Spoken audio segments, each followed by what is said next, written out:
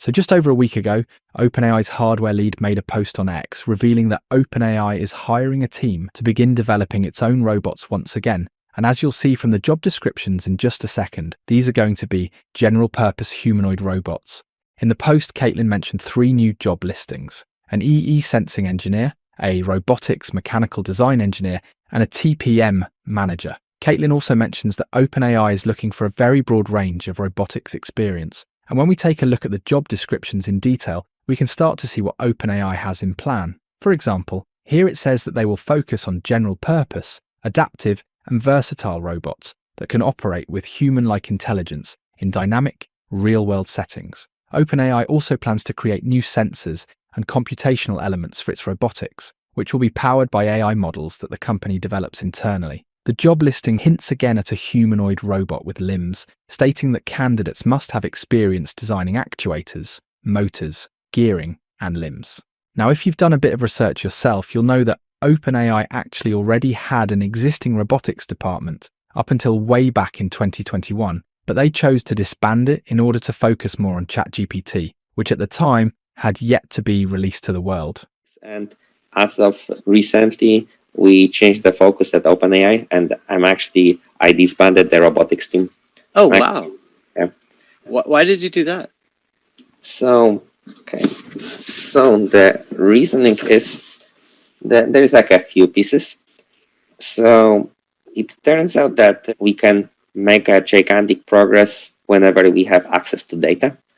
And all our machinery, unsupervised learning, reinforcement learning, they work extremely well. And there is actually plenty of domains that are very, very rich with data. And ultimately, that was holding us back in case of robotics. And I mean, this decision was quite hard for me. I got the realization some time ago that actually that's the best from perspective of the company. One of their major achievements back then was creating a robot hand that could solve a Rubik's Cube. Check out this video from OpenAI 5 years ago. What we've done is trained an algorithm to solve the Rubik's Cube one-handed with a robotic hand, which is actually pretty hard even for a human to do. We don't tell it how the hand needs to move the cube in order to get there.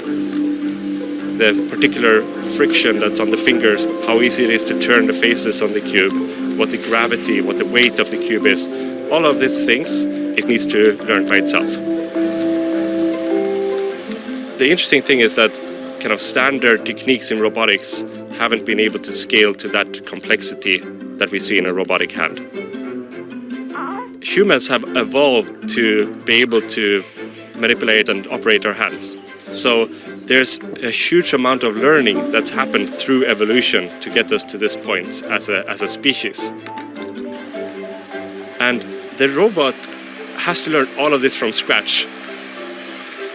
Instead of trying to write very dedicated algorithms to operate such a hand, we took a different approach where we create thousands of different simulated environments and learn to do the task in all of those.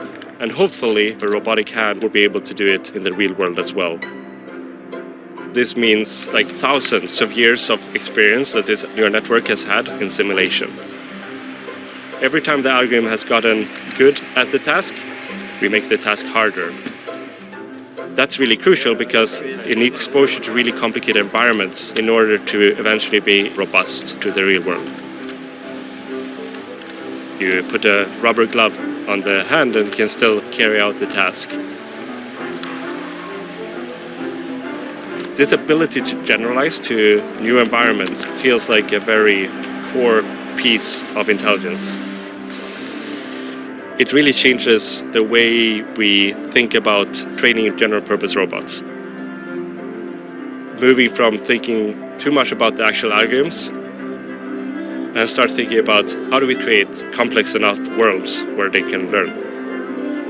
At some point, then it would be more down to the imagination, what robots could actually accomplish. The hope is to build robots that can do many different tasks, to increase the standard of living and give everybody a better life. OpenAI also ended up releasing a paper on this project in October of 2019, around 2 years before the robotics team was officially disbanded. I've linked it down below in the description if you're interested. One of the people behind the hardware of the Rubik's Cube project ended up replying to Caitlin's tweet, asking to join the revived robotics team, saying, "I'm the human in the video who made all of the hardware work, subsequently making me the human who empowered the old robotics team to succeed. Let me know if you'd like help again." If you're also up to date on robotics news, you'll know that OpenAI has already shown its interest in humanoid robotics by investing heavily in startups. Most notably, it participated in a $675 million funding round for FigureAI, whose latest model, Figure 2, is powered by OpenAI's AI models to process voice commands. FigureAI also partnered with BMW to put Figure's robots to work at the automaker's South Carolina manufacturing plant, and is one of the most promising humanoid robotics company. OpenAI has also backed 1X, a Norwegian robotics firm known for its 2 humanoid robots, Neo and Eve. But now OpenAI wants to build their own humanoid robot, putting themselves in competition with the very companies they are funding. FigureAI and 1X, both backed by OpenAI, claim that their technology has reached the point where they can mass-produce humanoid robotics in the near future. So why on earth is OpenAI bothering to create their own robots? Robotics was a pillar of OpenAI's mission from its early days, and perhaps they believe they have an edge over other companies with their AI models. Another reason could be that this is a strategic move from Sam Altman as he gradually turns OpenAI into a for-profit company, as developing their own line of humanoid robots would open new avenues for revenue and investment in a rapidly growing market.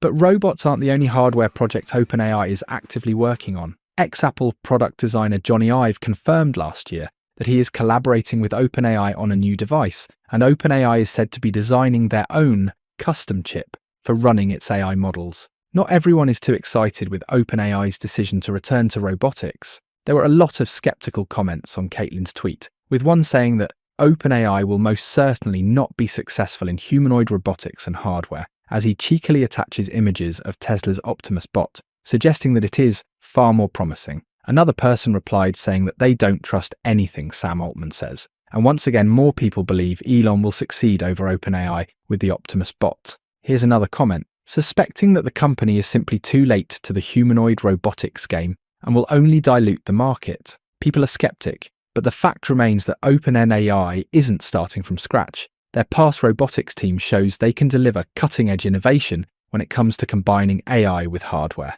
It's a bold bet, but definitely one worth keeping a close eye on. Comment down below what you think, and for more updates on robotics, AI, and everything in between, make sure to like this video, hit subscribe, and stay tuned for more.